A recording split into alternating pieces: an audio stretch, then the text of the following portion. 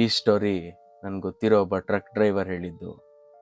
ಒಂದು long journey ಒಂದು ಸ್ಟೇಟಿಂದ ಇನ್ನೊಂದು ಸ್ಟೇಟಿಗೆ ಹೋಗೋ NH ಹೈವೇ ಅಲ್ಲಿ ಆಗಿರೋ ಇನ್ಸಿಡೆಂಟ್.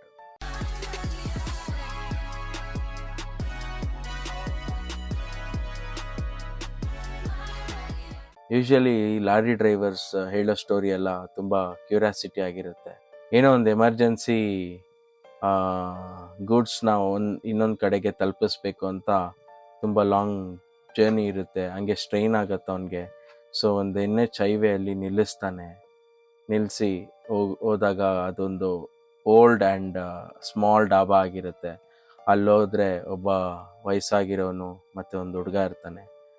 ಸೊ ಹೋಗಿ ಒಂದು ಟೀ ಆರ್ಡರ್ ಮಾಡ್ತಾನೆ, ಟೀ ಕುಡಿತಾನೆ.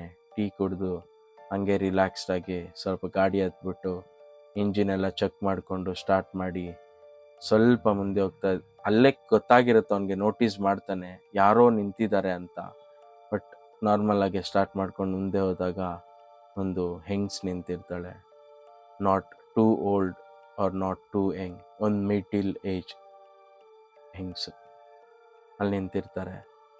ನನ್ನ ಪಾಡಿಗೆ ಇವನು ಹೋಗ್ತಾ ಇರ್ತಾನೆ. ಬಟ್ ಅವರು ವೇವ್ ಮಾಡ್ತಾರೆ ನಿಲ್ಲಿಸಿ ಅಂತ. ಇವನು ಒಂದು ಕರ್ಟಸಿ ಗ್ರೌಂಡ್ಸ್ ಮೇಲೆ ನಿಲ್ಲಿಸ್ತಾನೆ. ನಿಲ್ಲಿಸಿ ಕೇಳಿದಾಗ, ನನಗೊಂದು ಸಹಾಯ ಮಾಡ್ತೀರಾ, ನನಗೆ ಮುಂದೆ ಬರೋ ಟೌನ್ ಹತ್ರ ದಯವಿಟ್ಟು ನಿಲ್ಲಿಸ್ತೀರಾ ಅಂತ ಕೇಳ್ಕೊಳ್ತಾಳೆ. ಸೊ ಆ ಟ್ರಕ್ ಡ್ರೈವರ್ಗೆ ಅನಿಸುತ್ತೆ ಈ ಹೊತ್ತಲ್ಲಿ ಸರಿ ಇರಲ್ಲ, ಟೈಮ್ ಯಾಕೋ ಸರಿ ಇಲ್ಲ, ಬಟ್ ಹೆಲ್ಪ್ ಮಾಡಿದ್ರೆ ಏನೂ ಆಗಲ್ಲ ಅಲ್ವಾ ಅಂತ ಅವನು ಎಲ್ಲ ಚೆಕ್ ಮಾಡಿ ಟ್ರಕ್ ಹತ್ತಿಸ್ಕೊತಾನೆ. ಹತ್ತಿಸ್ಕೊಂಡ್ಮೇಲೆ ಹಂಗೆ ಮುಂದೆ ಹೋಗ್ತಾ ಇನ್ನೇನು ಒಂದು 15 ಮಿನಿಟ್ಸಲ್ಲಿ ಒಂದು ಟೌನ್ ಇನ್ನೇನು ಬರ್ತಾ ಇರುತ್ತೆ. ಅವಾಗ ಕೇಳ್ತಾನೆ ಅವ್ರನ್ನ, ನೀವು ಎಲ್ಲಿಗೆ ಹೋಗಬೇಕು, ಎಲ್ಲಿ ಬಿಡಲಿ ನಿಮ್ಮನ್ನ ಅಂತ. ಬಟ್ ಅವರು ಏನು ರೆಸ್ಪಾನ್ಸ್ ಮಾಡಲ್ಲ. ಅವರು ತುಂಬ ಸ್ಟ್ರೈಟಾಗಿ ತುಂಬ ಡೀಪಾಗೆ ಆ ರೋಡ್ನ ನೋಡ್ತಾನೇ ಇರ್ತಾರೆ. ಅವ್ರ ಕಾನ್ಸಂಟ್ರೇಷನ್ ಎಲ್ಲೂ ಇರಲ್ಲ, ಓನ್ಲಿ ದಾರಿನ ನೋಡ್ತಾ ಇರ್ತಾರೆ.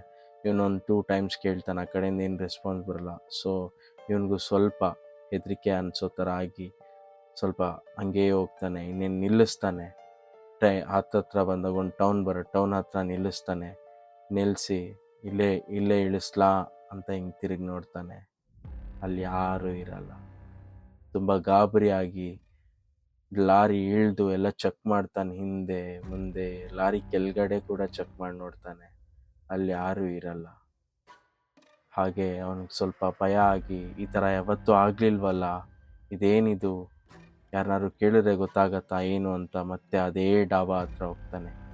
ಆ ಡಾಬಾ ಹತ್ರ ಹೋಗಿ ಆ ಓನರ್ನ ಕೇಳ್ತಾನೆ, ನನಗೊಂದು ಬ್ಯಾಡ್ ಇನ್ಸಿಡೆಂಟ್ ಆಯಿತು, ನನಗೆ ಈ ಥರ ಆಯಿತು, ಯಾರೋ ಹತ್ತಿದ್ರು, ಅಲ್ಲಿ ಇಳಿಯೋ ಟೈಮಲ್ಲಿ ಅವ್ರು ಇರಲಿಲ್ಲ, ನಂಗೆ ಸ್ವಲ್ಪ ಗಾಬರಿ ಆಯಿತು ಅಂದಿದ ತಕ್ಷಣ ಅವನು ನನಗೆಲ್ಲ ವಿಷಯ ಗೊತ್ತು ಅನ್ನೋ ಥರ ಒಂದು ಸ್ಮೈಲ್ ಮಾಡಿ ಹುಡುಗನ್ಗೆ ಹೇಳ್ತಾನೆ ಏನೋ ತೊಗೊಂಬರೋಕ್ಕೆ. ಆ ಹುಡುಗ ಒಳಗಡೆ ಹೋಗಿ ಒಂದು ಪೇಪರ್ಸ್ ಎಲ್ಲ ತಂದು ಇವ್ರ ಹತ್ರ ಇಕ್ತಾರೆ.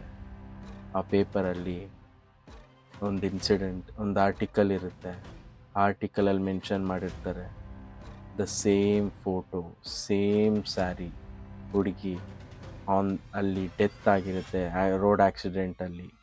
ಬಟ್ ಅದು before 10 years. Article before 10 years publish ಆಗಿರೋ article. But the women was same, sari ಕೂಡ ಸೇಮ್ ಕಲರ್, ಎಲ್ಲ ಹಂಗೇ ಇತ್ತು. ಅವ್ನು ಕೇಳ್ತಾನೆ, ಇವ್ರನ್ನೇ ನಾನು ಹತ್ತಿಸ್ಕೊಂಡಿದ್ದು, ಇದೇ ಮಹಿಳೆನೇ ನಾನು ಡ್ರಾಪ್ ಮಾಡಿದ್ದು ಅಂತ.